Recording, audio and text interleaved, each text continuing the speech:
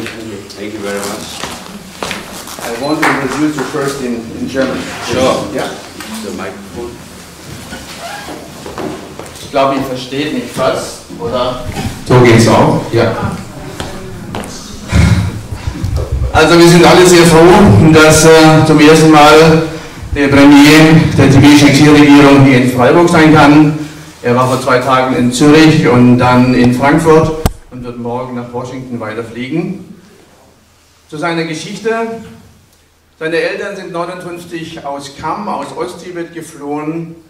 Er ist dann 1968 geboren in Darjeeling, in der bekannten indischen Teestadt. Hat dort sein Abitur gemacht in einer exil-tibetischen Schule. Mit glänzenden Abschlüssen hat dann ein Fulbright-Stipendium bekommen, durfte in den Staaten an der Harvard Law School dann studieren, hat dort seinen Master gemacht und dann seinen Doktor mit der Arbeit über die Geschichte der exil-tibetischen Regierung. Deshalb ist er optimal vorbereitet für dieses Amt. Und als dann die Jahre vorübergingen, hat er einige Awards bekommen, auch von der amerikanischen Regierung. Er hat auch einen Preis bekommen für die junge asiatische Führerschaft, also Jungführerschaft, das heißt im Prinzip eine sehr hohe Anerkennung über die Qualitäten seiner politischen Aktivitäten und seine juristischen Aktivitäten damals in den Staaten. Als dann seine Heiligkeit der Dalai Lama sich zurückgezogen hat von der politischen Verantwortung für die Weiterentwicklung Tibets, hat er sich zur Wahl gestellt, neben anderen Aspiranten hat diese Wahl gewonnen. 2011 wurde er dann eingeführt in dieses Amt des Vorsitzenden der Exilregierung der Tibeter von seiner Heiligkeit in Dharamsala. Er ist auch noch begleitet von Herrn Nodop Dorje. Er ist Europagesandter und offizieller Repräsentant seiner Heiligkeit mit dem Büro in Genf für ganz Süd- und Osteuropa.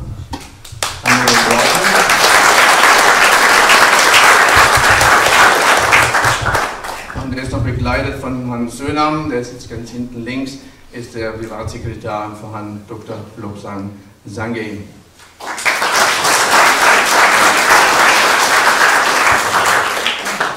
So most of the people who are here, they are really long-time supporters for Tibet. So I'm very happy that they could manage the time to come here. And it is really very hard at the moment. Since 59 years you are living in exile, and really nothing is really going forward so far. And it was quite difficult also for us in Europe or in the whole Western world, in Germany, to find it in the last years more sponsors and supporters, because so many people, they face new other problems in Europe with refugees, all different kinds and so far. So I hope your visit will encourage us to be more stronger for the future. Again, we take a second step for supporting this very important society and this issue with the Tibetans, and hopefully there will come a good compromise with the Chinese people in the future. So we are looking for this. So now I would like to ask Dr. Lobsang Sangay to give a short address, or maybe also longer, so we have time for questioning after this. Thank you.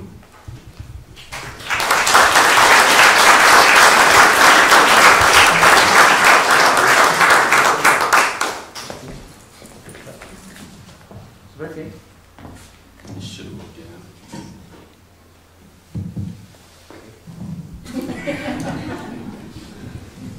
Yeah.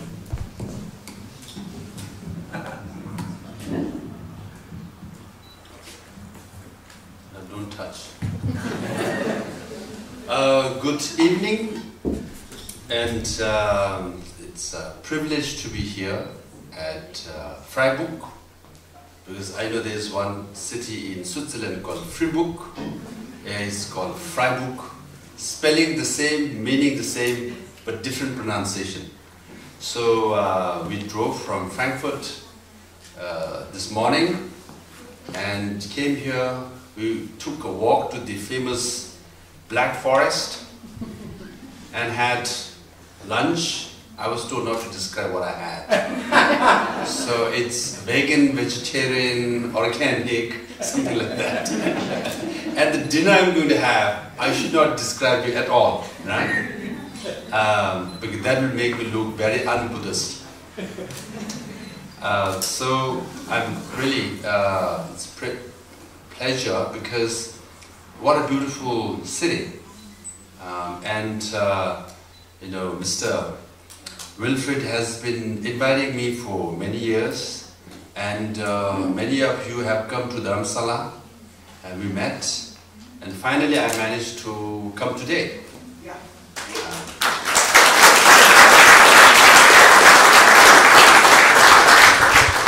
And I think our karmic connection is, I think, good, because it's Sunday and it's sunny day. The fact that you are giving up sunny evening to be here means you care for Tibetan people, Tibet, and the Kailash Center here is doing very good job of keeping you all informed about Tibetan issue.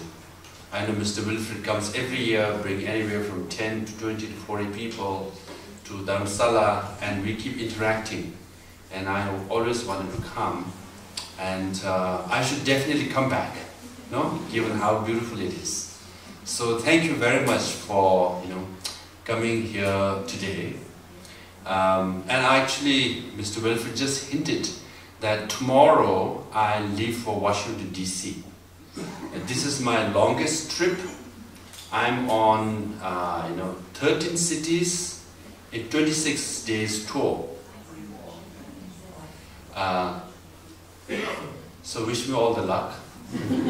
So I go to DC, to Halifax, Toronto, Calgary, New York, Amsterdam, Delhi, and back to Dharamsala. So all engagements. So at the moment I look okay, right? Now you all know the issue of Tibet. First of all, I just want to say this year, as Mr. Wilfred said, is the 60th anniversary of Tibetans being in exile. So on the one hand, 60 years is a long time. Because our parents came, grandparents came, and our grandparents have passed away. Some of our parents have passed away. For example, my father passed away, always thinking that he would go back to Tibet one day, and he could not go back to Tibet. And I had an uncle. After my father passed away in 2004, I used to talk to my uncle 2-3 times a year.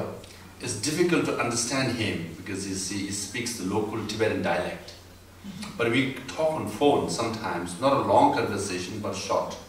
And he always says, I am the last remaining member from your father's family, from the father's sibling. And from 2004, 5, 6, 7, 8, we talked. At the end of 2008, there was no phone call. And I found out that he passed away too. So, did I have uncle? Yes. I saw his picture, I talked to him, I heard his voice, but I never saw him. And he left this world. That's what, happens when your country is under occupation and you don't have freedom even to go meeting. Because I went to China in 2005 when I was at Harvard as a scholar, and they kind of promised me that I could go to Tibet. Because when you meet Chinese scholars, the Chinese people, they always say, what you're saying is not true. You don't know what's happening in Tibet. You should come and see for yourself. That's what they say all the time. And I said, yeah, I want to come and see for myself. So I went in 2005. I went to Beijing, and I said, now Tibet is just 3 hours flight from Beijing. Can I go? And they said, we don't have enough people to receive you in Lhasa. And I said, this is China. You have 1.3 billion people. One thing you should not have shortage of is the people. And how can you tell me that they don't have enough people to receive me in Lhasa? I said, nothing doing. Then I shared a very personal story. I said, my father passed away last year. So this year is the 1-year death anniversary.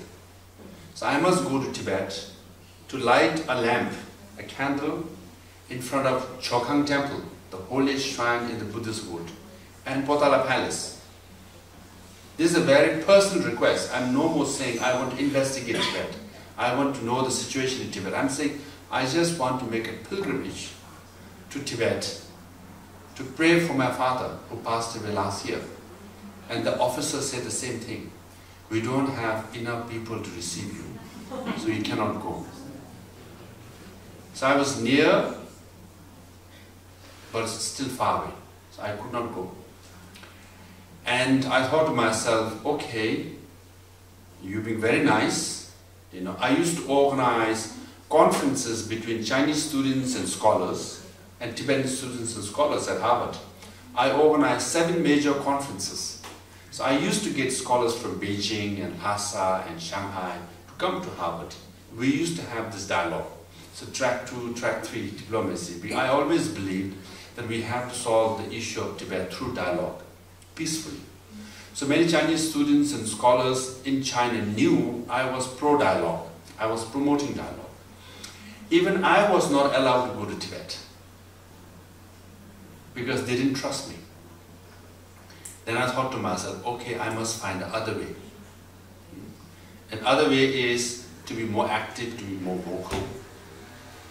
So that's the story, you know, of Tibetans. 60 years, not able to go to Tibet, and even those who go to Tibet, they face a lot of difficulties. Right? Hence, 60 years of occupation has been very painful. We all know, just few days ago, one Tibetan committed self-immolation, burned oneself. So this year is the second one. We had one self-immolation in March and this year. So altogether we have 153 Tibetans who have burned themselves. So it's very sad.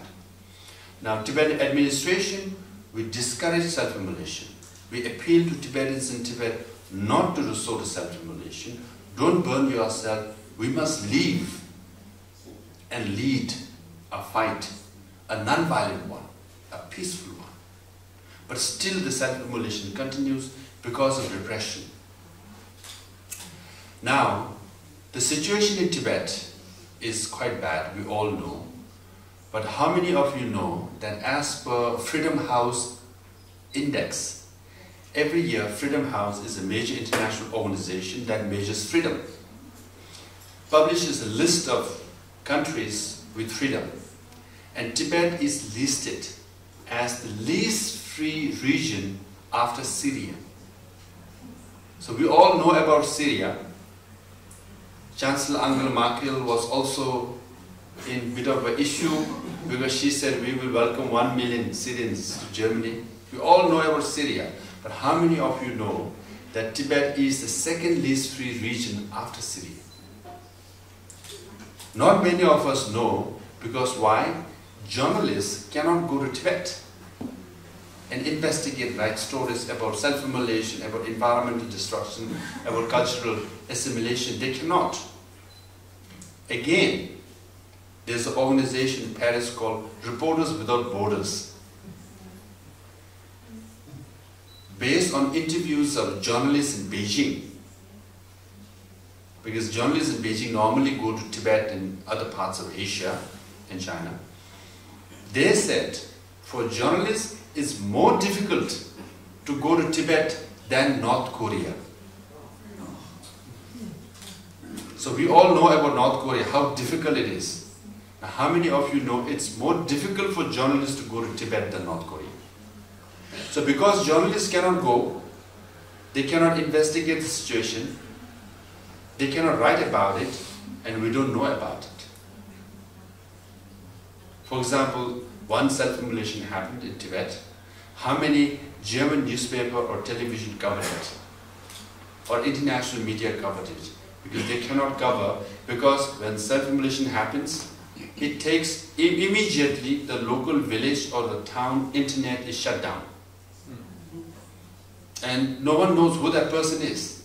It takes us several days to find out who that person is. By the time we find out, we tell the media, this is what happened, this is old news, this is 1 week news, 1 week old news, we can't publish it. We want fresh breaking news. We want crawl. You know, when you watch television, there's a crawl, right? There's letter come out. It's about to happen, it's happening, it's happening, it's happened. How can you report like that on Tibet? So hence, media don't cover much. So that's why, you know, even I have to come to Freiburg, even though you all been a member of Kailash Center for many years, you have contributed a lot, you helped a lot, but I have come personally to inform you what's going on. That's why I'm traveling to 13 cities in 26 days, because I have to keep traveling, keep informing. Now, how many places I can go?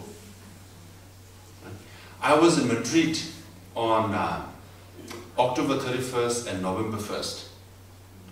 There's a mayor of Madrid was organizing a big festival on environment in Himalayas, climate change in Himalayas. So climate change in Himalayas makes Tibet a right candidate, yeah? So when the mayor invited us, the Chinese delegation said, if Tibetan delegations invited, they're going to withdraw. But they had already published my talk at the event. So it's out in the public. So the mayor was very bold. She said, okay, you can withdraw. We are inviting Tibetans. That's very bold. Not many mayors do that nowadays. I don't have a mayor of Freiburg, but not many mayors do that. Freiburg, I'm sorry. And then we went. Now, next what they said is, President Xi Jinping is coming to Spain, Madrid, in 1 month time. Now, if they go ahead with my talk, President Xi might not come to Spain. That's a big pressure on mayor and his office. So I was there in Madrid, I was there at the festival, I was invited, yet at a distance, because now very difficult, you know. You don't know how to handle it. But I gave my talk. Anyways, like today, room was packed. I gave a talk the previous night, only 48 hours notice. Again, the small church with 200 capacity was packed. So what it shows is that as far as Tibet issue is concerned, the governments are under tremendous pressure. Politicians are under tremendous pressure. But at people's level, the support and interest is still there. So that's why I say thank you for coming out on a sunny day on Sunday. Not just Sunday, but sunny day. Because you care for Tibetan cause. Because of friends like you. Because of Kailash Center and others, you know, who keep working on the cause of Tibet. Keeps the issue alive. You might think that coming here might not mean much, but it means a lot.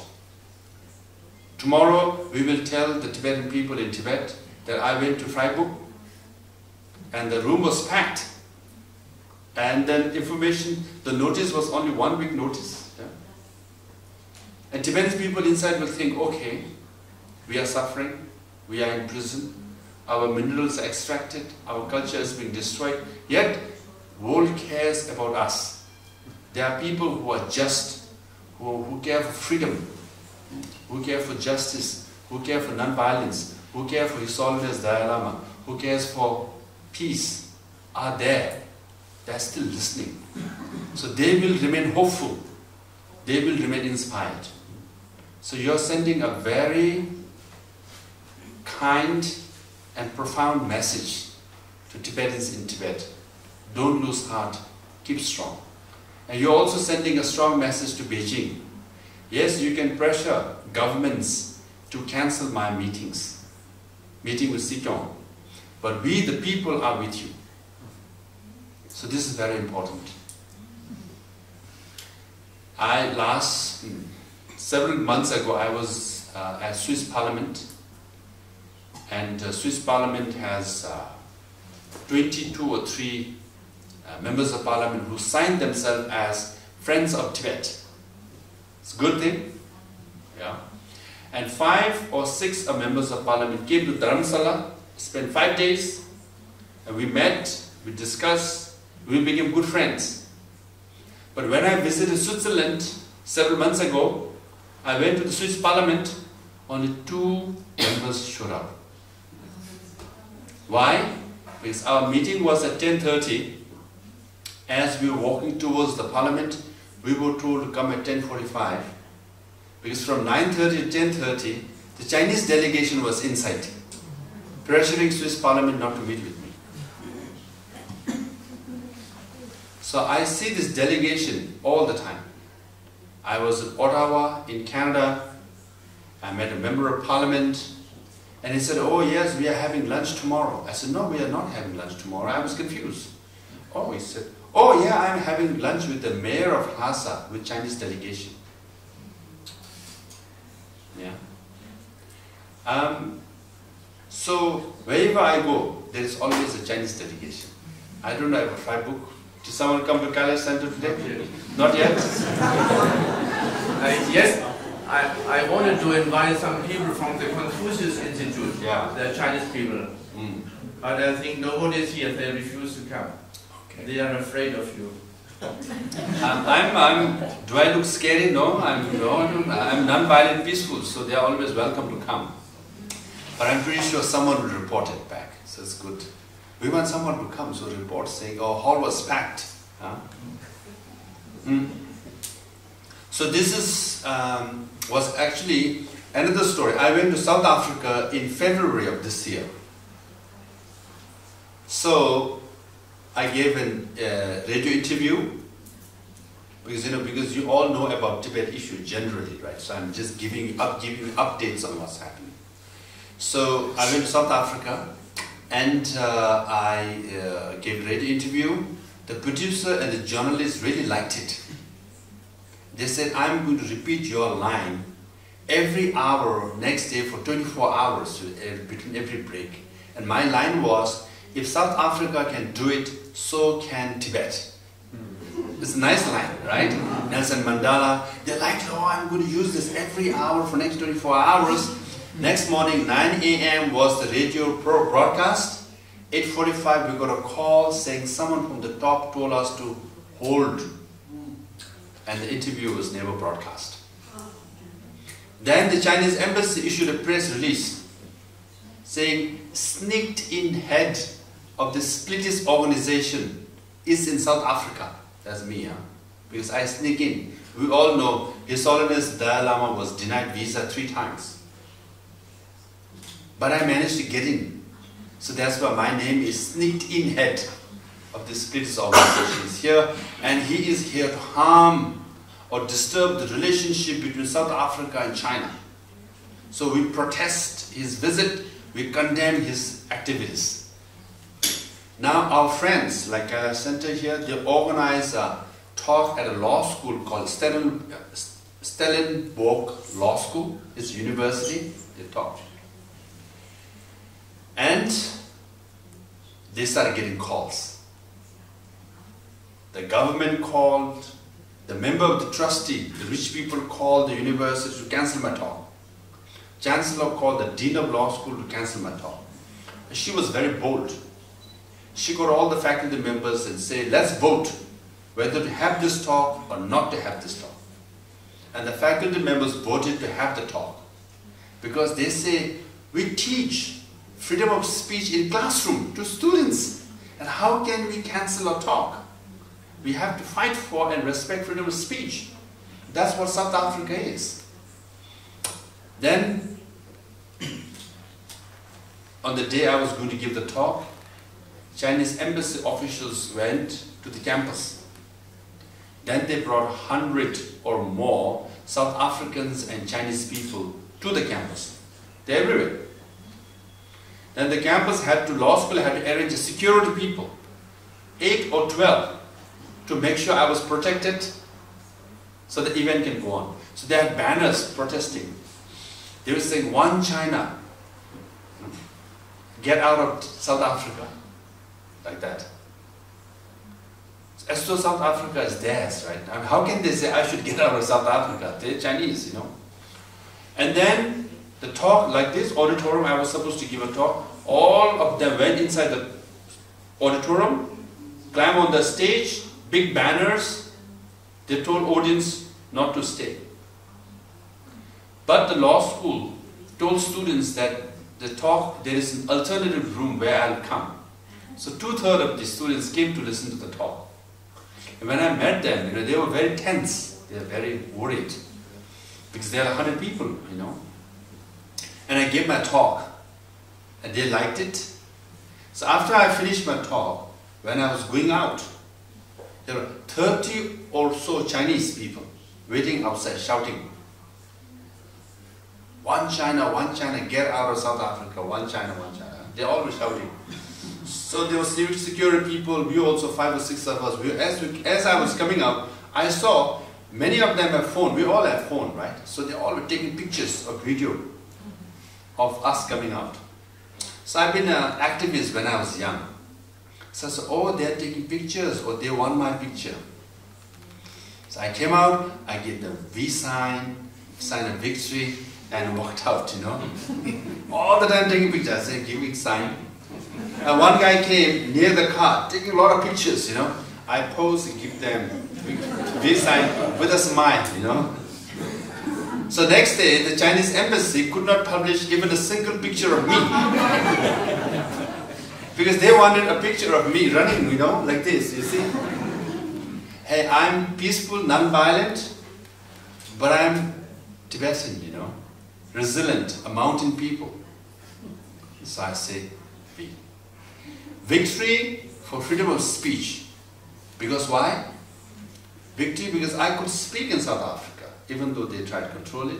Victory for them also, for Chinese people. They can protest in South Africa. They cannot protest in China, right? So they are practicing freedom of speech. So it's victory for them and victory for me. So the examples I'm trying to give you is that the Chinese government and the embassy, they act with impunity. They act as though nothing will happen to them. No one can dare do anything to them. And this is a fact. So they think now Tibet issue is no more of situation inside Tibet. It's right here in Germany, right here in the Western world or in America. They are already here. They tell your politicians, they tell your leaders not to do this, not to do that. We all know the story of Marriott Hotel. We all know Marriott Hotel is a big hotel, right? So one staff shared a link of a Tibet support group on her Facebook or something like that. What happened? The Chinese embassy complained and the government complained. Marriott Hotel said sorry. The chief of Marriott Hotel in China went to Beijing, met with Chinese leaders and said, so sorry, we made a mistake. And I think that staff was fired. This is America. Huh? And we all know Mercedes-Benz. Right? One staff had a quote of His Holiness the Dalai Lama. It's a quote about compassion and non-violence. Chinese government said, I don't like this. And CEO of Mercedes-Benz in China went to Beijing and said, so sorry, I made a mistake. I mean, this is a German person in Germany. I have a quote of His Holiness the Dalai Lama about compassion and non-violence. Now you have to say sorry, you have to go all the way to Beijing to say sorry. American in America, employee of a Marriott Hotel, just has a quote.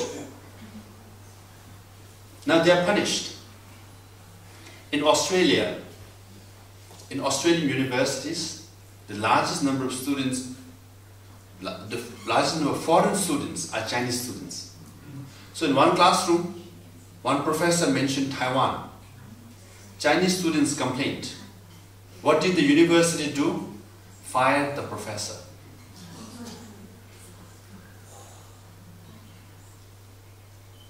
So we are not talking about inside Tibet now or inside China. We are talking about Australia, South Africa, Germany, America. So it's real. The challenge to freedom, justice, human rights are real. So the challenge that we face is also real. So, Mr. Wilfred, you said the encouragement, inspiration is a little less, but perhaps we can encourage a little bit more. You know, I always wonder, I'm always asked, to a Tibetan who lost his country, who lost his freedom, to come to a free country and inspire German people. You have your own country. You have your own rights. Now the burden or the job is mine to inspire you. Actually, it's other way around, no? I was inspired. I was a student in Delhi University. When Berlin Wall came down, I was like, whoa! If Berlin Wall can come down, we can get our freedom too. So inspiration was Germany. Inspiration was Berlin Wall. I was reading news every day. Wow! Students gathering around Berlin Wall, youth gathering around Berlin Wall. Finally it comes down. Yeah? It's like, wow! Things can change. East Germany, West Germany united. Wow! Peacefully. Things can happen. So our turn is next. Yes. Yeah? At 30 years I come to Freiburg and you all ask me to inspire you.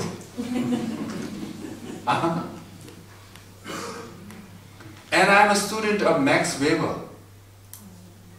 Yeah?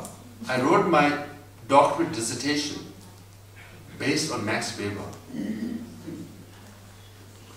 You know, Professor Dao Nurbu is a great Tibetan intellectual.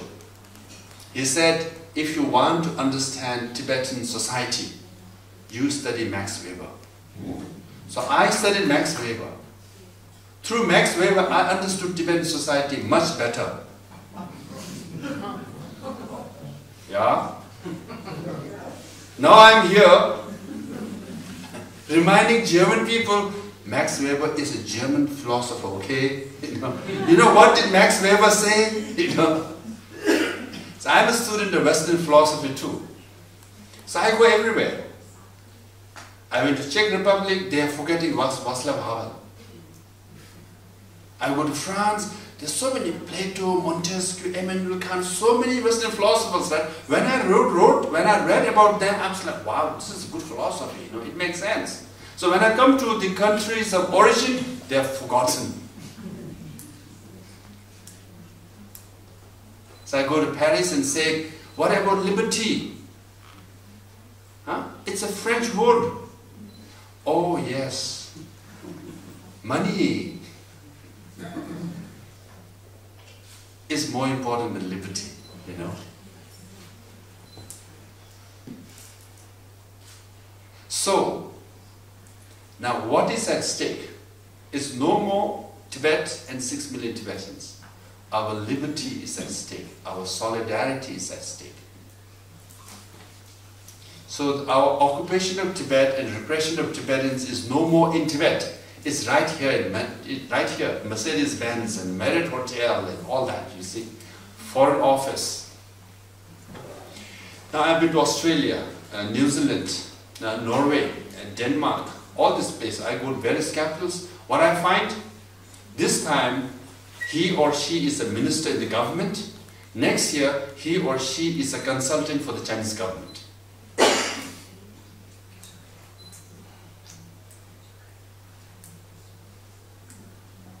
Now when I see this, then I say, oh, this is exactly what happened in Tibet. When Chinese army first came to Tibet, they also bought some of our ministers. They also said, oh, we will build one road for you connecting China to Tibet. Tibetans loved it. When you build a road for you, that's development. No? Connectivity is good. So then Tibetans were paid silver coins to build road. Tibetans were so happy. We sang song praising Communist Party of China. Thank you. You're giving us money to build our own road. Once the road was completed, trucks came, guns came, tanks came and occupied the country. Now the same road is used to extract mineral resources. Lithium, copper, borax, uranium, everything is going down in China. Due to the co-optation, now it's called elite grab. Same thing is happening in Germany also. They come and, buy the service of a minister or former minister. So from country to country to country it's happening. Hence what happened to Tibet 60 years ago is happening to Germany and rest of the world. So I have many meetings here in Germany also. They say the same thing. It's real. It's all here. So now academic freedom in universities are not free. Politicians are not free. Businessmen already. So this is the situation of the whole world.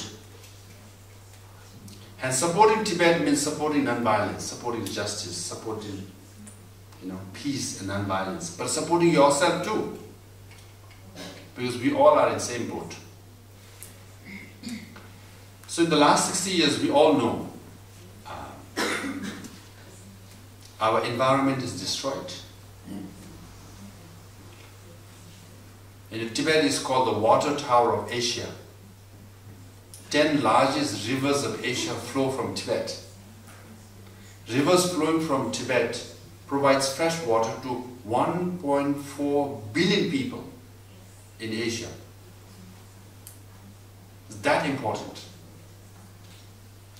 Unfortunately, in the last 60 years, 50% of Tibetan snow has melted and disappeared. Now we have 46,000 glaciers. 46,000 glaciers. According to NASA, by 2050, that's 30 years later, okay, up to 70% of glacier will melt and disappear.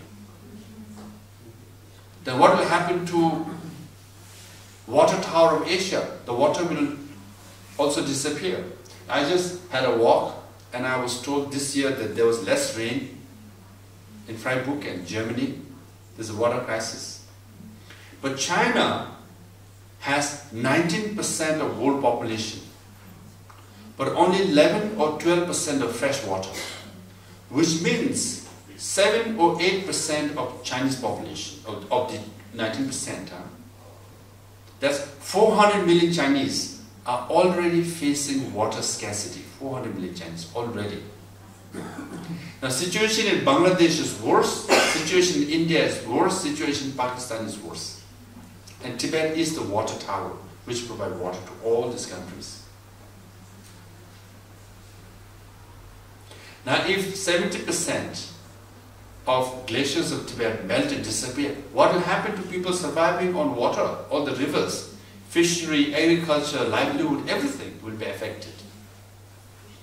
Now, more dangerous is that 70% of Tibetan land is permafrost, is frozen earth, is frozen. Now, if glaciers melt and the temperature of the Tibetan plateau increases, which is already increasing, then this permafrost or the frozen earth will start melting, become soft. Then there will be holes on soil. But under Tibetan plateau, there are 10 million tons of carbon dioxide. If permafrost melts, then the carbon dioxide, 10 million tons of carbon dioxide will be released. If that is released, global warming as we know it will be disastrous. We all can, I was told Freiburg is the second largest user of bikes. Doesn't matter, even if you start walking, it will be so hot, more than the heat wave that you had this summer. Triple the heat. And also same amount of methane is underneath permafrost.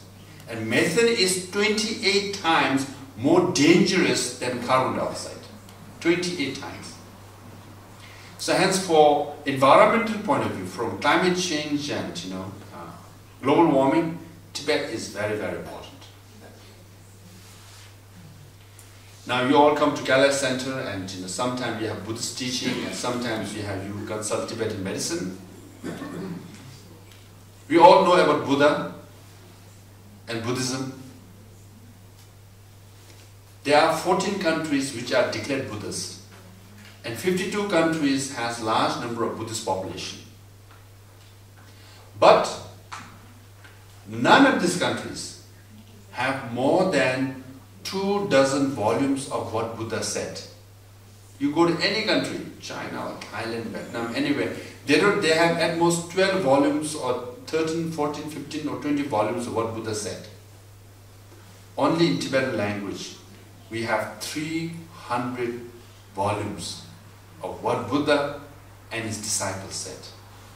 Kangyur Tengyur. Only, if you want to know what Buddha said 2,500 years ago, you have to learn Tibetan. If you don't learn Tibetan, you don't know what Buddha said. Nowadays, mindfulness, meditation is a big thing. Everybody wants to meditate. And mindfulness, meditation. But Buddha, nowadays, if you go to mindfulness meditation, they have one-page explanation about what mindfulness is, or one chapter. If you want to know what Buddha said, he said 2.5 volumes on mindfulness, 140,000 paragraphs on mindfulness. It's not one-page meditation. If someone says, come to mindfulness meditation, I'll tell you, there's one page that says, I think Buddha said 140,000 paragraphs, So, if you want to know mindfulness, you have to study Tibetan. So, why you have to preserve Tibetan culture and Tibetan language is, if you don't preserve that, you lose what Buddha said. You don't know what Buddhism is. So hence, Tibetan language is a treasure. I think Tibet is the only country where translators, Losavas, were labeled or considered as the heroes of the country. Tibetan civilization is very intellectual, right? Normally in Germany, everywhere, the heroes of the country, Western countries, is all an army general or politician or sometimes philosophers, right? Only in Tibetan world, translators were heroes. So during 7th and 8th centuries, the greatest scholars were sent to India or wanted to go to India to learn Sanskrit, translate Buddhism from Sanskrit into Tibetan and bring it to Tibet. So if 10 translators tried to go to India, 7, 8, even 9 died on the way. Because of heat, because of wild animals, because of bandits and robbers. They died. But still, you have only 10 or 20% chance of survival, but still they went to India to learn Sanskrit, translate Sanskrit, Buddhism into Tibetan language. That's how we have 300 volumes of what Buddha and his disciples said. So isn't that a, kind of a great civilization where translators were the heroes of the country? They worked so hard. That's why now we have preserved what Buddha said. Only in Tibetan language, no other language. So China has built the tallest statue of Buddha. Some other countries have the largest monasteries. But what actually Buddha said? Only in Tibetan language. So there is a rich culture. Hence preserving Tibetan culture is also very, very important. Now, I'll conclude by saying, this year, as I said, is the 60th anniversary of being exiled. On one hand, there's a crisis in Tibet, tragedy in Tibet, repression, self-immolation, all these things are happening. On the other hand, in exile, for the last 60 years, we have survived. Number one, 98% of monasteries and nunneries were destroyed in Tibet. 99.9% of monks and nuns were not allowed to practice Buddhism or recite mantra in Tibet. But in exile, we rebuilt all the major monasteries. We have revived. In exile, in the whole of Himalayan region, and some of you have been to Ladakh and all, in Himachal Pradesh also, we have revived Buddhist civilization. And then Buddhism is back in Tibet too. Now oddly, China is the largest Buddhist country in the world. Do you know? 300 million Chinese practice Buddhism. See, this is the Tibetan spirit, the mountain spirit. 98% destroyed, only 2% chance of survival. We say we take that chance. We come to exile in India, we rebuild slowly, they revive in the whole of Himalayan region and Buddhist centers around the world. Kailash Center is not necessarily Buddhist center, but centers around the world. And back in Tibet and in China too. See? Many people say, because Wilfred wanted me to give you some encouragement, inspiration. Tibetans, 2% chance of survival. We say we have a good chance. 60 years later, not only Buddhism is revived in Tibet, but also China has become the largest Buddhist country in the world. I know you all are celebrating 200th anniversary of Karl Marx, something like that, no? No more. No more? Something like that. That's why I was told that the statue of Karl Marx was donated by the Chinese government, right? Even Karl Marx is a little puzzled. Mao Zedong is also a little puzzled. I destroyed 98%. 99.9% monks, nuns did not exist when I was there. Buddhism is in China. Largest Buddhist country in the world is China. See, spiritually, we have won. Yes or no? Yes. So you are inspiration? 6 million Tibetans won. That's why we always felt we have a chance, not only a chance, very good chance, because we have Buddhism on our side. We have Buddhist civilization on our side, which is 2,500 years old. Communism is 100 years old. I know I read Das Kapital, yeah, Karl Marx wrote that. But I also read, as I said, Max Weber, who criticized Karl Marx. So I like Max Weber better than Karl Marx. Because he says, it's a cultural critique, right?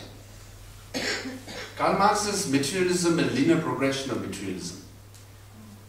But Max Weber says, excuse me, culture is also important. Sometimes culture precedes materialism. That's true with Tibetan society. Culture is very important.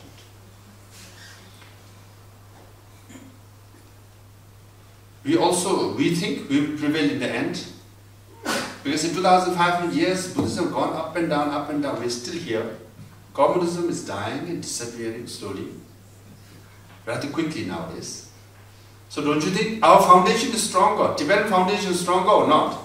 Yes? Do you all approve? Y'all? Yeah. So if Germans say so, that is very good because, Karl Marx was a German guy, right?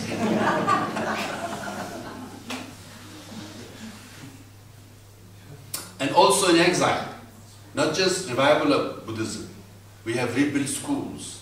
I studied in one of the Tibetan refugee schools. Right? Some of you provide scholarship to students. So I don't know who provided my scholarship. I got half scholarship when I went to school. Because my parents could not afford to send me to school. I was from a very small village.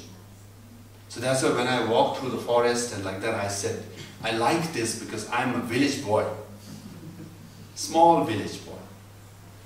1 acre of land, only 1 acre of land. 2-3 cows. 1 dozen chicken.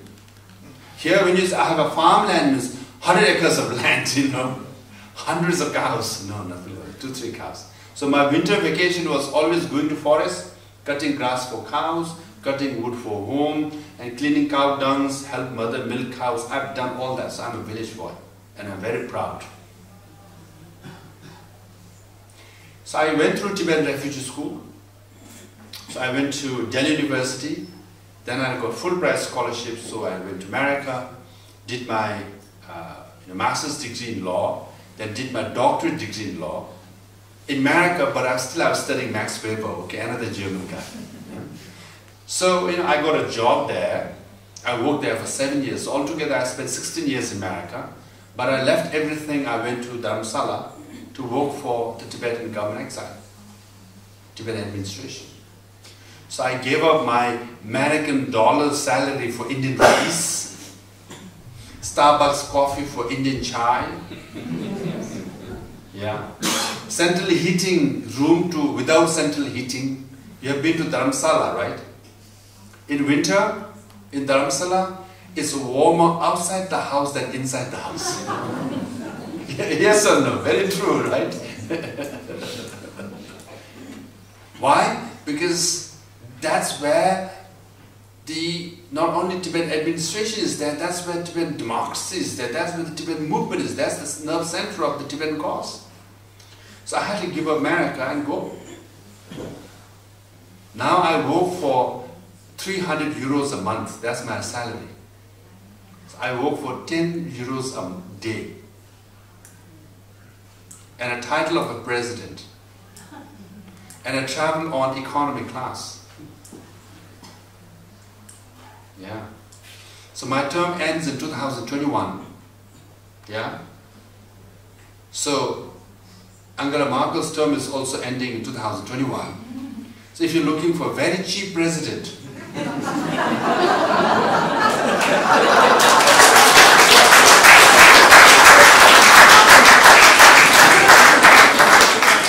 who works for 300 euro a month, isn't that a good deal? No?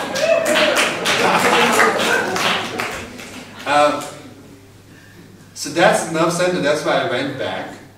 Now recently, it's very good in the sense, our democracy, now it's partyless democracy. We have banned political parties. The idea is very good, it's very Buddhist. Because political parties work for parties' interests more than national interests. Yes or no? Politicians work for their own interests than parties' interests or national interests. It's problematic. So I said, no more political parties. No NGOs, no organization can nominate candidate. Candidate has to run oneself. You run, you win or lose, go back. So whoever wins will not have party, organizations and politicians to support, because they all have vested interests. They support you because they have interests. So no, you run alone, you win alone, you serve alone, and 2-term limit, 10 years, done. I think it's good. So ours is the only partyless democracy that you will see. So when there are no parties, then no fightings. Right? Everybody serves for the cause, for the country, and then leave. So that's the idea. So that's why, even though I am on 26 days tour, I don't have to worry that my cabinet will remove me. First of all, they cannot remove me, because if they remove me, they also dissolve. But why? At the same time, I trust my cabinet, because even though I nominate them, I give them all the authority to decide whatever they want. Do you see that kind of chancellor or a president or prime minister? Whenever you have cabinet meeting, the chancellor or the president or the prime minister is always there, because you have to make all the decisions. Yeah? I don't. Full delegation, because I trust my team, they make decisions. They consult me, but they don't have to consult me. And my department is Department of International Relations. That's the department I run. Whenever I go back, my department always complain that in my absence, some of the best staff are always stolen, transferred to other departments. Because I'm not there to fight for my staff, right? But still it's okay. Because our democracy is more consensus-based democracy. Not individual interests or group interests or party interests. It's more consensus. So in my absence also, when they meet, they discuss, and wherever there's consensus, they decide. Whenever they don't have consensus, they consult me. So it's a very Buddhist way of thinking. So democracy we have built is also very unique. It's also democracy without borders. Because Tibetans are in 40 countries, all can vote to elect Xinjiang.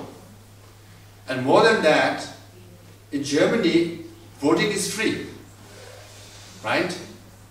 But in Tibetan democracy, you have to pay to vote. If you don't pay, voluntary freedom tax. It's a tax, it's but voluntary for freedom, okay? You have to pay that tax. If you don't pay that tax, you can't vote. So in the last 10 years, there is 70% increase in voters. 70% increase in voters. So they're paying more and they're voting more. Quite inspiring, right? No? All this happened, let me conclude with Germany. Berlin Wall came down. We all got inspired, encouraged. Wow, if Berlin Wall can come down, then many walls around the world also will come down. The wall in Tibet will also come down. So I went to South Africa, I went to Robben Island, where Nelson Mandela spent 27 years, 8 years in solitary confinement. I held that bar of the prison, and I said, if Nelson Mandela can get himself freed from Robben Island and restore democracy in South Africa, so can Tibet and Tibetan people. So my inspiration is Germany and German people. So let's work together, and let's work together to bring down the wall in Tibet. Then we will make another history. That history will be as beautiful as bringing down the Berlin Wall. Dankeschön.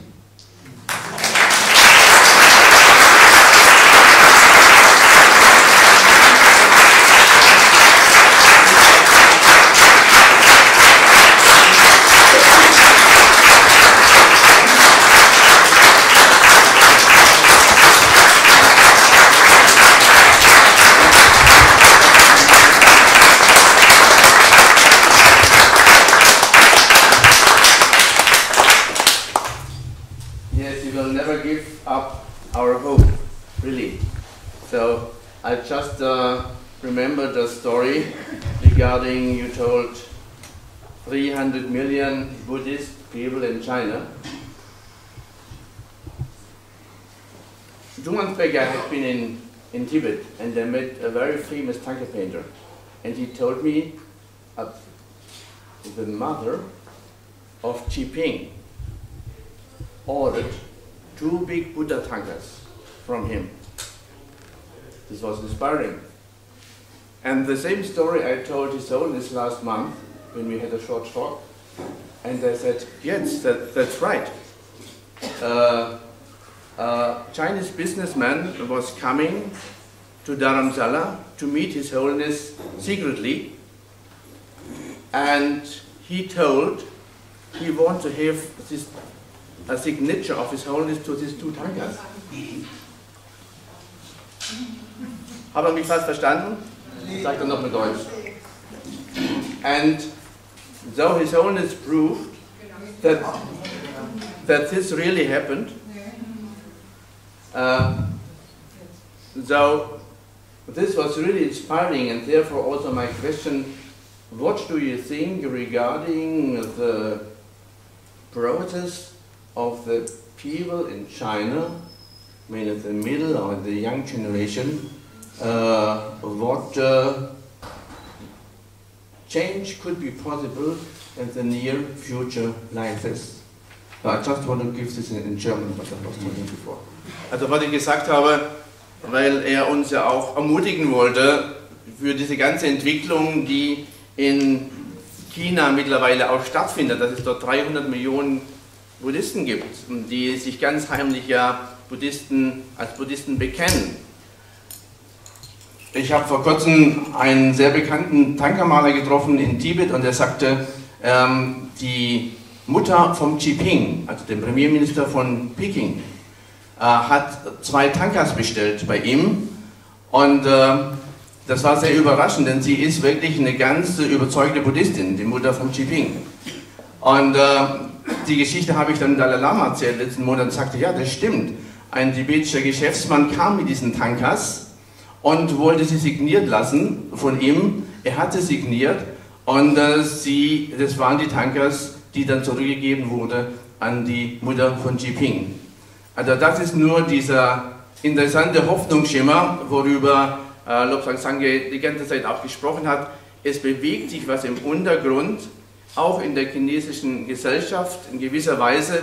Wohin, weiß man noch nicht, aber es tut sich was und deshalb habe ich die Frage gestellt an ihn, wie er diese Entwicklung einschätzt, die entstehen könnte in naher oder weiter Zukunft in der ganzen Dynamik der chinesischen Gesellschaftsentwicklung. I do believe, there are universal values, freedom, liberty, democracy are inevitable. So I do believe that sooner or later there will be democracy in China too, and that's what Chinese people want. So I do believe that. No matter how repressive the system is, it's only short term. And there are so many examples around the world to prove that ultimately people do want their freedom. Because we are a social animal. We don't like to be told what to do all the time. We don't want to be controlled. Because if material development is only your interest, then I think we all will be enslaved by one regime or the one company or the corporation or the other. So there are some times, whenever there's a challenge with morals and money, sometimes it appears the money is winning, but more often than not, moral will prevail. And that's what I believe. I think if you look at all the colonial history, at one time on the British Empire, they were so bold to say that sun never sets in British Empire, because when sun rises from Asia and sun sets, in other continent, they were always colonies of Britain. And Ottoman Empire, Soviet Union, you just apartheid regime, even Northern Ireland or Aceh or East Timor. There's so many examples. That ultimately, people want their basic freedom. So in China too, they would want that. At the moment, it's very difficult. China has introduced first a grid system in Tibet. That's like technological control or repression. Every system is fed into one grid system, whereby Tibetans are issued an ID card with second generation biometric chips in it. So when you issue such an advanced ID card, it sounds like development. It's good, right? You have advanced ID card. But what it does is, so then with that ID card, you have so many checkposts. From a nomadic place to village to town to Lhasa. If you go to Lhasa, if you have been to Lhasa, every 100 meters there's a checkpost. So each time you swipe your card, your movement is tracked. And then wherever there are more movements, there are more surveillance, there are more cameras. And then accordingly there are more moles, there are more spies. In fact, 3 years ago, the local government of Tibet employed 30,000 people, more than the private sector and the public sector combined. It's all part of the security apparatus. So they have not only encouragers, they have discouragers. Encourage whenever there's Communist Party related events. Discourage whenever there's Dalai Lama or Buddhist related events. They go from house to house to house. And they have neighborhood watch to make sure all the neighbors are under control. So this is what's happening at the moment. And in China, we all know that now they have a social credit system. You swipe your card, if you behave well, your social credit goes up, then whatever you want is a lot easier. And if you behave badly, then your social credit goes down, and sometimes your admission to your children's admission to school, getting a better loan, better subsidies, better recommendation goes down. And that's that kind of control, right? And that kind of control can only last for some time. Ultimately, people want to break free. That, I think the best story is also, I've said this before, Berlin Wall. And when I met a former president of Poland, Lech Walesa, he said then Foreign Minister of West Germany and Chancellor of West Germany was visiting him. And they asked him, what do you think of students and the youth surrounding the Berlin Wall? And Lech Walesa told them, the Berlin Wall is coming down. Then Foreign Minister of West Germany said, I wish that problem happens, but that problem will not happen in my lifetime. Within few months, Berlin Wall came down. So if the Chancellor and the Foreign Minister of West Germany didn't know that East Germany actually wanted freedom, few months before the wall came down, and how can we say this will happen, this will not happen? I think it's inevitable. Yeah. But for that, we must fight, we must challenge, to expedite it, to make it sooner. Otherwise, Chinese socialism with Chinese characteristic, that's Xi Jinping's thought. No democracy, no freedom of speech is coming. That's why there's the employee of Mercedes-Benz has a quote of Dalai Lama, says, you can't do that. Marriott Hotel employee, they have a quote on Tibet, you can't do that. They will keep coming at you. So the choice is either you resist and assert our fundamental values, or they will dictate you. Right? So as I said, I keep traveling. I have parallel delegation all the time. All the time. Wherever I go. But I keep traveling. So you lose some, you win some. So Madrid, the Chinese delegation withdrew. So it's a small, victory for justice. So just 2 months ago, 1 month ago, I was in Czech Republic. Right? So everybody thinks, oh, the Chinese are so powerful, the support for Tibet is going down, and solidarity and human rights, democracy is going down. But Czech Republic said no. 51 members of Czech Parliament organized themselves as the largest parliamentary Tibet support group in the whole of European Union. So I talked to some Czech people, I said, this is the largest parliamentary support group in the whole of Europe. Yes, they were so happy. So we Czech are never number one in Europe. We are good at drinking beer, but Germans beat us that also, So they were very proud to be the largest parliamentary group in the whole of Europe. They're saying not so fast. Japan has 92 members of parliament as a support group for Tibet. So 6 years ago, there were at most 5 or 6. Now it's 92 members.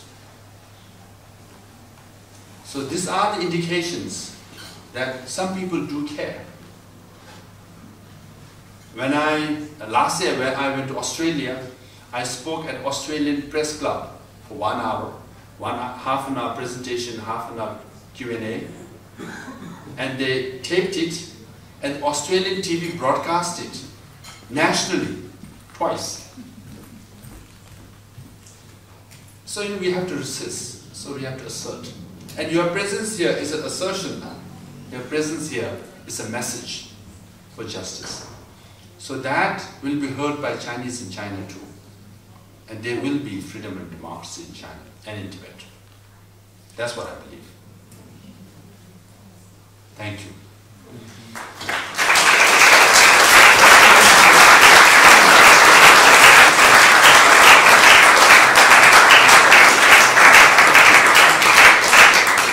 Möchte ich jemand eine Frage stellen?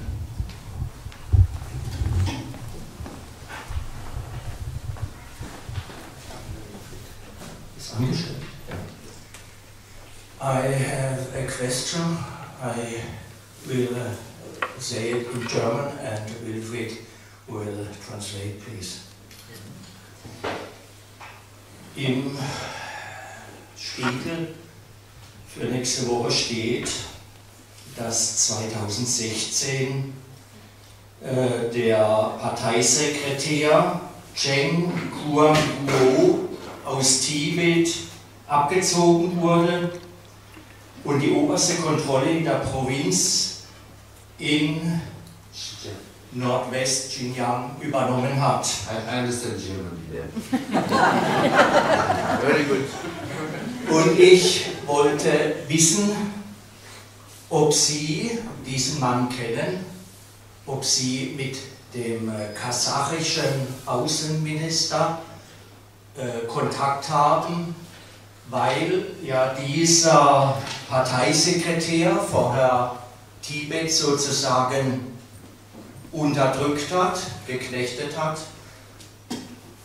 und es in Nordwestchina jetzt dieselbe Situation gibt, dass 1 Million Menschen in Umerziehungslagern sitzen und eigentlich dieselbe Situation, dass in den Familien Chinesen einquartiert sind, die die Lage checken sollen und denen eben auch ganz klar gesagt wird, alles was ihr über Internet kommuniziert, wissen wir. Okay, es geht also um das Problem der Uiguren, das ist eine große Minderheit in West-Tibet auch, die sind muslimischer Kulturgläubigkeit und die erfahren momentan die gleiche Heftigkeit der chinesischen Unterdrückung, wie es die Tibeter erlebt haben, aber eben auch schon seit Jahrzehnten. So he's asking if you know this person who went out to Party Secretary of Tibet, went to Xinjiang, Yes, yeah. 1 million detention, yeah. Right. The question was, maybe you can tell something regarding the Uyghur problem and the situation at the moment. See, I did understand your question, you know.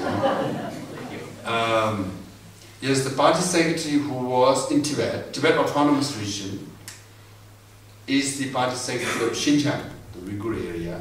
As I said, the grid system was introduced in Tibet. Biometrics, ID card, surveillance, all that.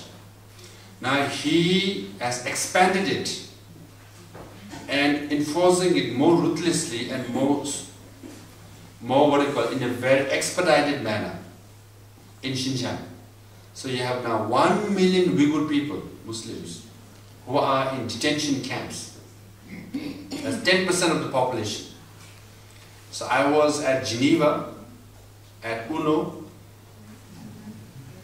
and the Deputy Foreign Minister of China, he came and said, yeah, some Muslims are put in vocational centers to give them trainings so that they have better skills to get jobs. 1 million, 10% of the population, vocational training in 2 years' time. That's like a major welfare project. So, yeah, essentially, I think what the Chinese government is trying to do is break the spirit of Uyghur people for resistance. Physically break them, mentally break them, emotionally break them. So once you put 1 million people, 1 million is not just youth. anywhere from 16 to 80 years old. So that's what's happening. And he's the same guy. He did that in Tibet, and he's doing more ruthlessly in Xinjiang. And what the Chinese government has done, has promoted him to Politburo. Politburo is 20 members, Chinese leaders, the most powerful. The top of that standing committee. Now China has many provinces, many 30 or some governors and party secretaries, many cabinet ministers, but no one gets in the Politburo. Only 20 gets in the Politburo. This guy is in the Politburo. So this is what's happening. And when he was in Tibet also, what he did was, he removed 2 million Tibetan nomads from nomadic area and sent them to urban areas, put them in ghetto-like situation.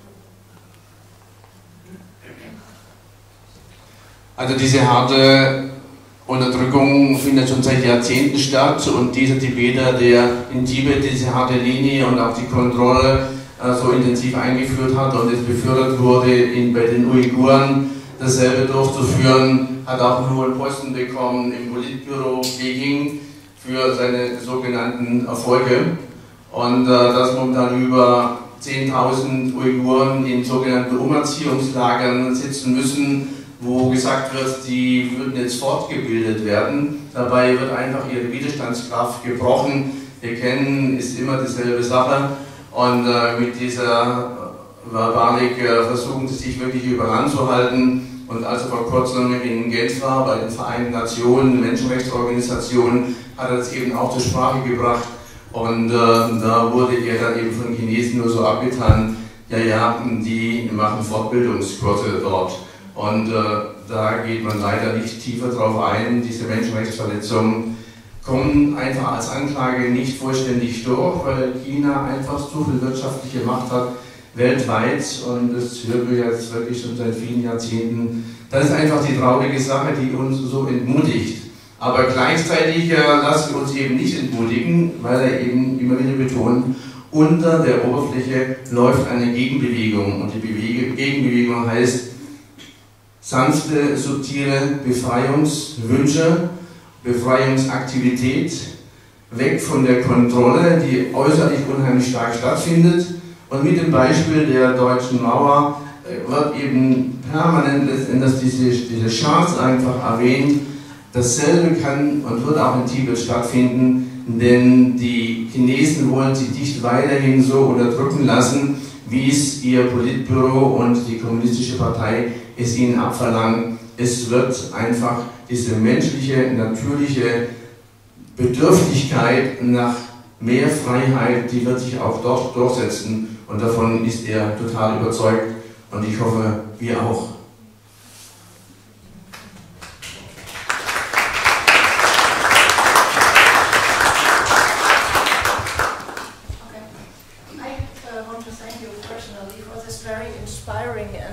Informative talk.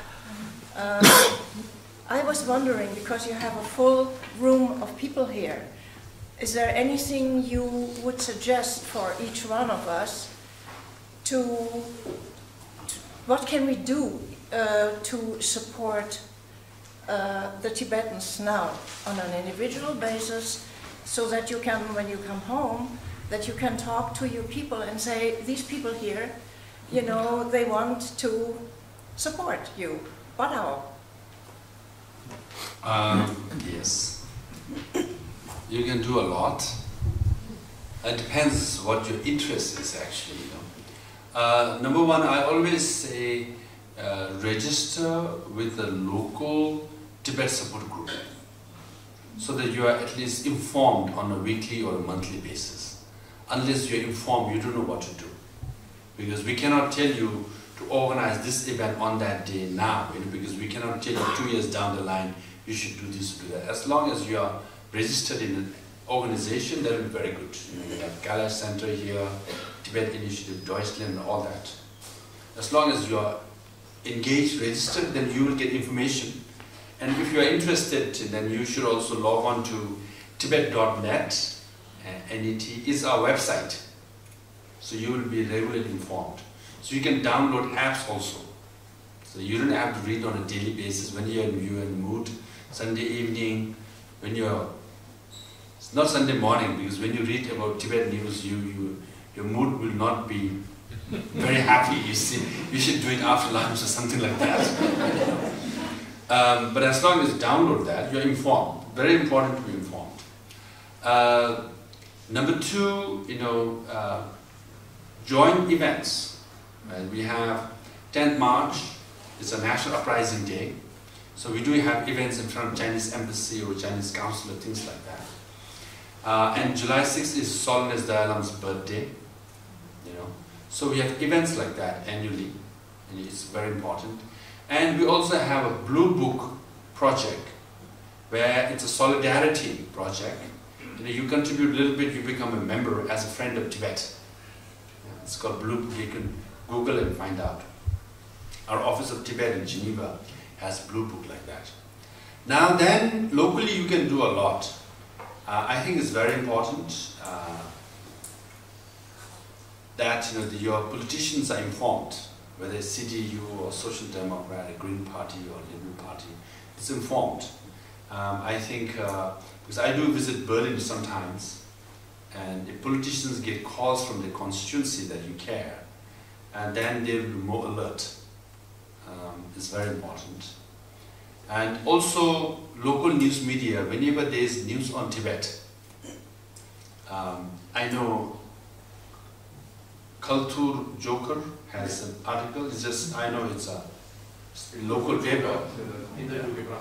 Yeah.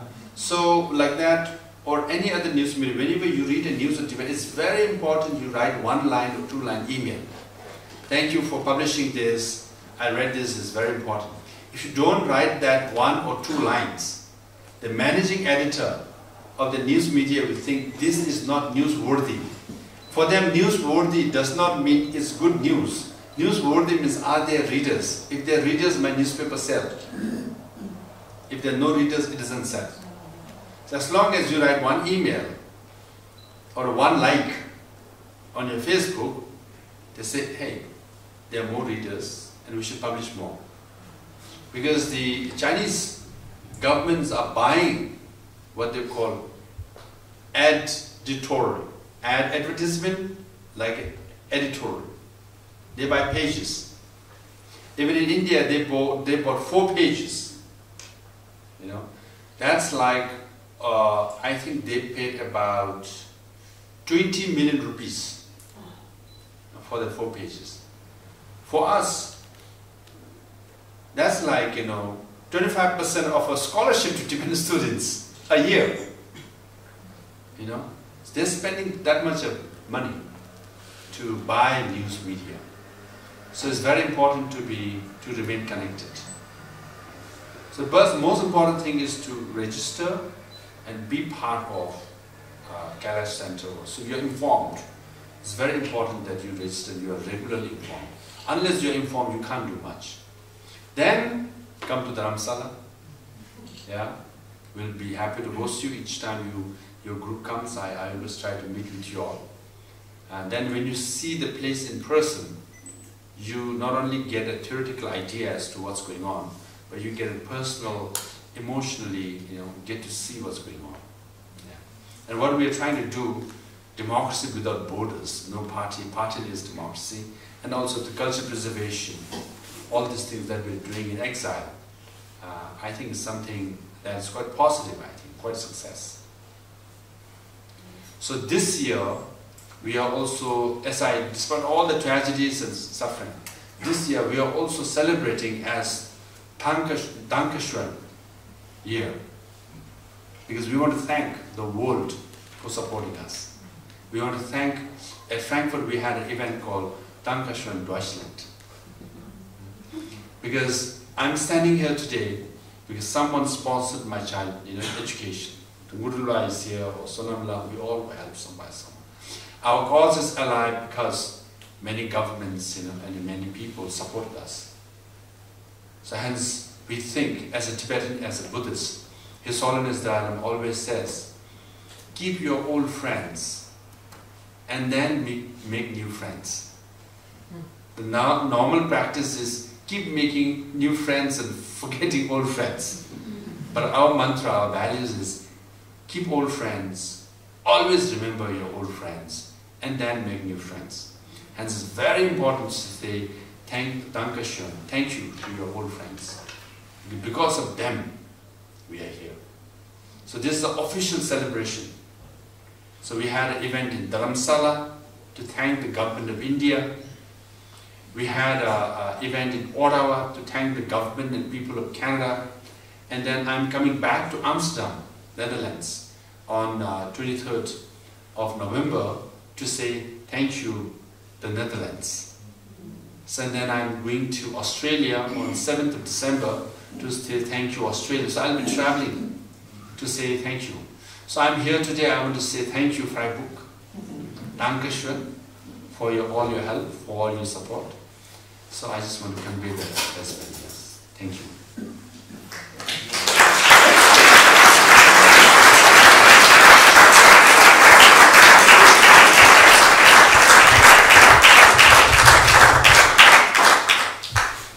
So I have a question. According to that, you overtook the Tibetan exile government from His Holiness Dalai Lama. So what changed since you got Prime Minister, and what are the special difficulties for you, except for all what you were already telling us as an exile parliament? Yeah, historically and institutionally, a major change. For nearly 400 years, Dalai Lamas were both political and spiritual leader. Now that ended in 2011.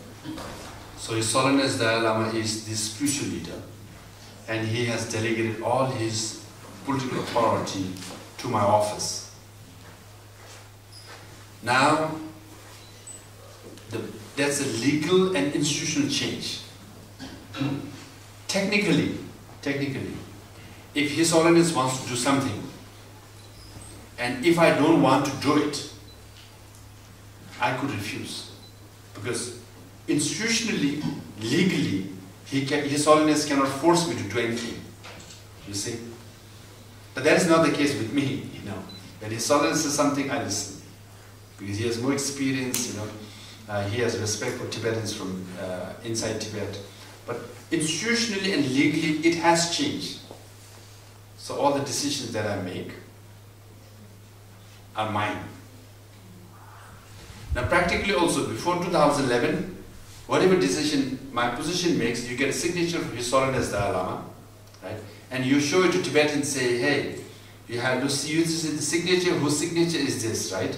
So if you criticize my decision, you see the signature, you might be committing sin, you know. So people will hesitate to criticize. Now they criticize me fully, because decision is mine, you know. Even though His Holiness tells me something, I do it, but signature is mine, you know. So, yeah, so I don't like it, you know. You can't do much. So that has changed, right? And now, you know, it's a full-fledged democracy moving forward. My office has more responsibilities, politically, administratively. So on a daily basis, you know, you have to stand on your own feet and do the best you can. Now fortunately, His Holiness cares for the Tibetan people, and he has done the most for the Tibetan people. So he's very supportive. So I consult him regularly, I get advice from him regularly, you know, I get blessings from him regularly. That helps me a lot. And I'm very happy with that. So that's how we do things at the moment. But if someone wants to make a decision on his own, then that will be binding, because that's law. That's the institutional mechanism. So it has changed a lot. Yeah. But that is also the vision of His Holiness Dalai Lama. That's what he said. Don't depend on one individual, on His Holiness Dalai Lama alone. Tibetans, we have to move forward. Democracy has to take forward the Tibetan movement. You know? Democracy brings changes in leadership, right? right? So moving forward, democracy as a system will lead the movement. So that's the idea, and it's a brilliant strategy. And whether it works or not, it's dependent on the Tibetan people. So a lot has changed.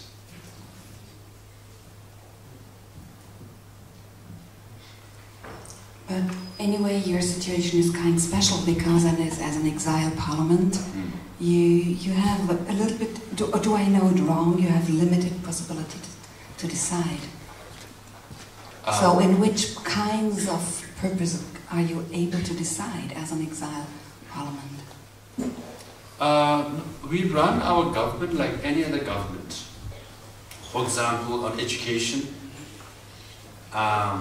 we have our own education system, we have our own schools. On finance, we are planning to, we are on the way to establish a bank.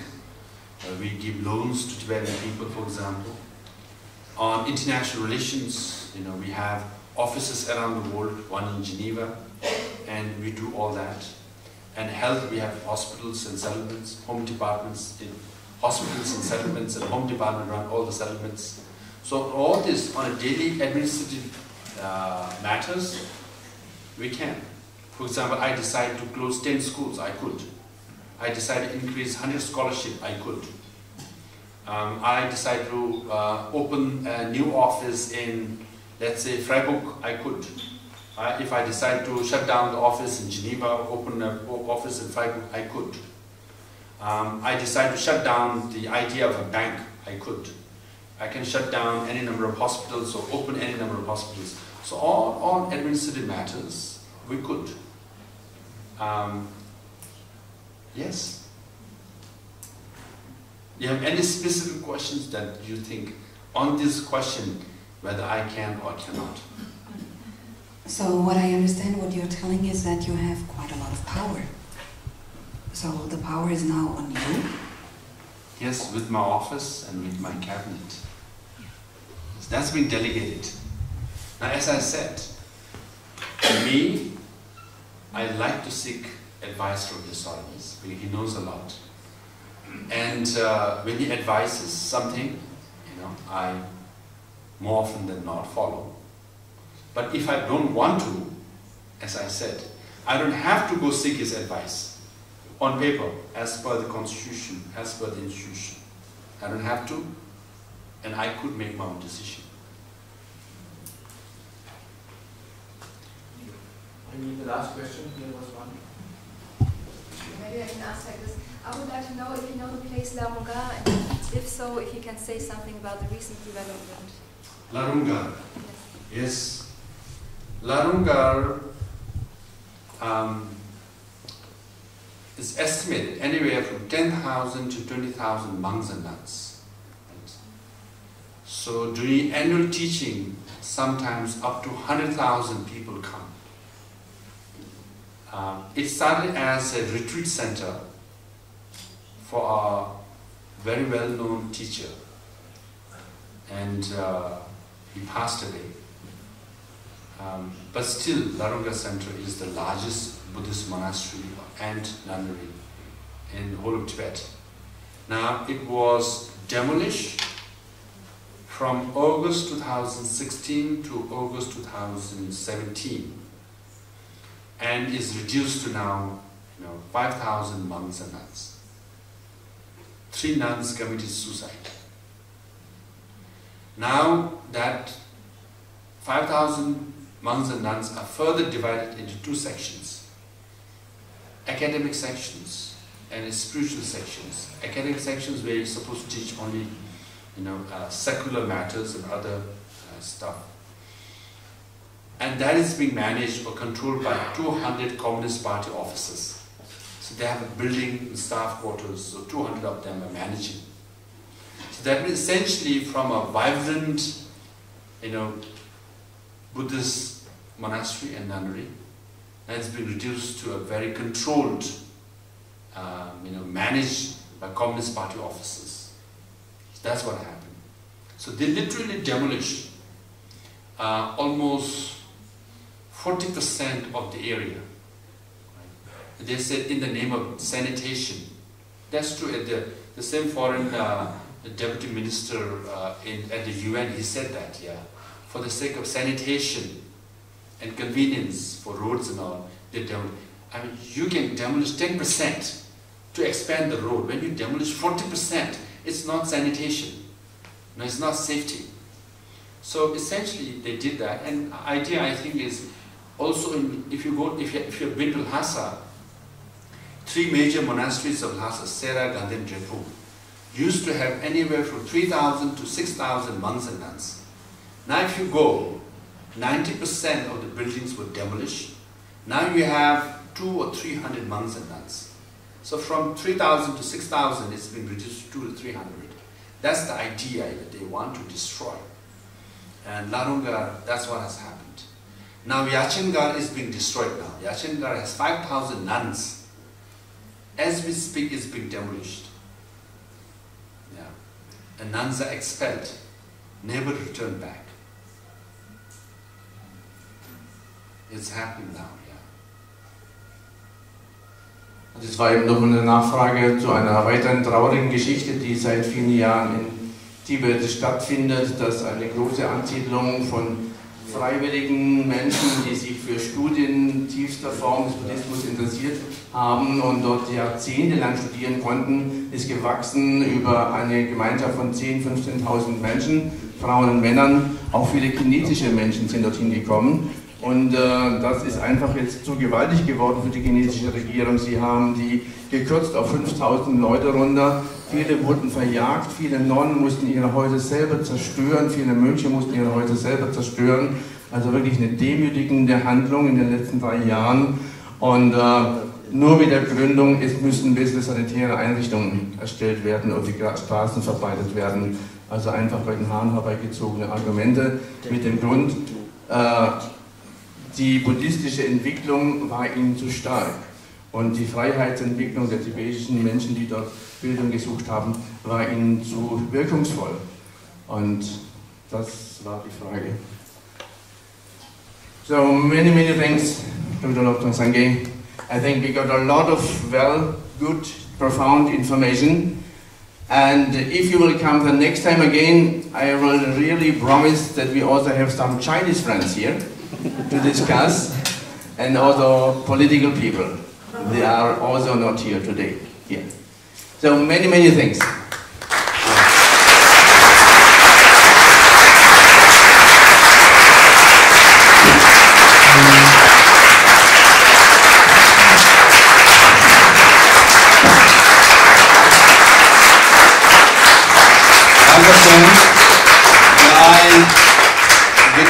Mr. Wilfred in Darmstadt very often. He always says he's from Freiburg, he brings a lot of friends all the time. Finally, I get to see your beautiful city. That means I have to come back again. And also have to, as I said, this year we celebrate as Dankeschön year, you know. Everywhere we say thank you to all the countries because of your support. We are standing today. And,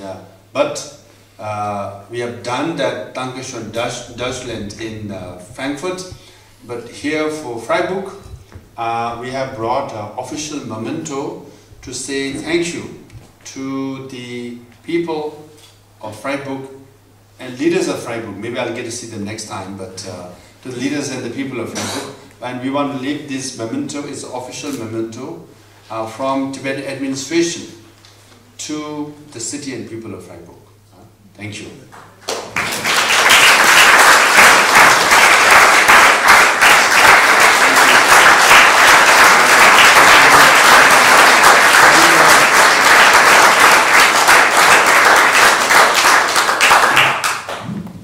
So this is, you have to hold it like this. Mudra is also here. So this is our official memento. It says, in profound appreciation of your support to Tibetan people in Tibet. And it has an emblem of our official emblem and Central Tibetan Administration, 3 mountains, sun and the moon, 2 lions, holding the will of Dharma or the will of universal truth. Here it is. And it says, you know, may truth prevail.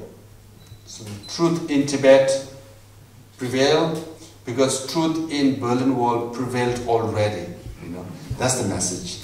So thank you very much.